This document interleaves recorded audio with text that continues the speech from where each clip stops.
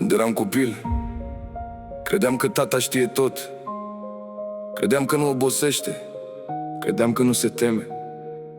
Abia când am crescut, am înțeles că era doar un om. Un om care ducea o lume întreagă pe umeri.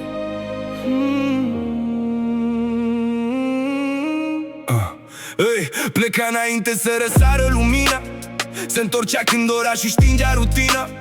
Mâini crăpate, haine pline de praf, dar pentru noi era cel mai puternic bărbat. Nu vorbea despre stres, nu vorbea despre frică, își ascundea furtuna în privirea lui mică. Iar eu alergam prin casă fără să observ că purta griji mai grele decât putea să duc. Când deschidea ușa zâmbea obosit, de parcă toate problemele deja au fugit.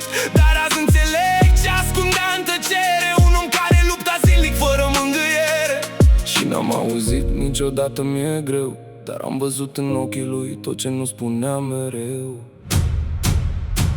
Tatăl meu n-a spus niciodată că doare, dar a mers prin furtuni și prin zile amare. A căzut de 1000 de ori și s-a ridicat, ca noi să avem tot ce el n-a avut vreodată. Tatăl meu n-a cerut niciodată aplauze și-a purtat iubirea prin fapte, nu prin fraze. Iar dacă astăzi încă merg înainte, e pentru că îi port exemplul în Acum am fire albe care încep să apară și înțeleg de ce privea cerul afară. Înțeleg nopțile lungi și facturile grele și cum ascundea probleme ca să dormim noi bine.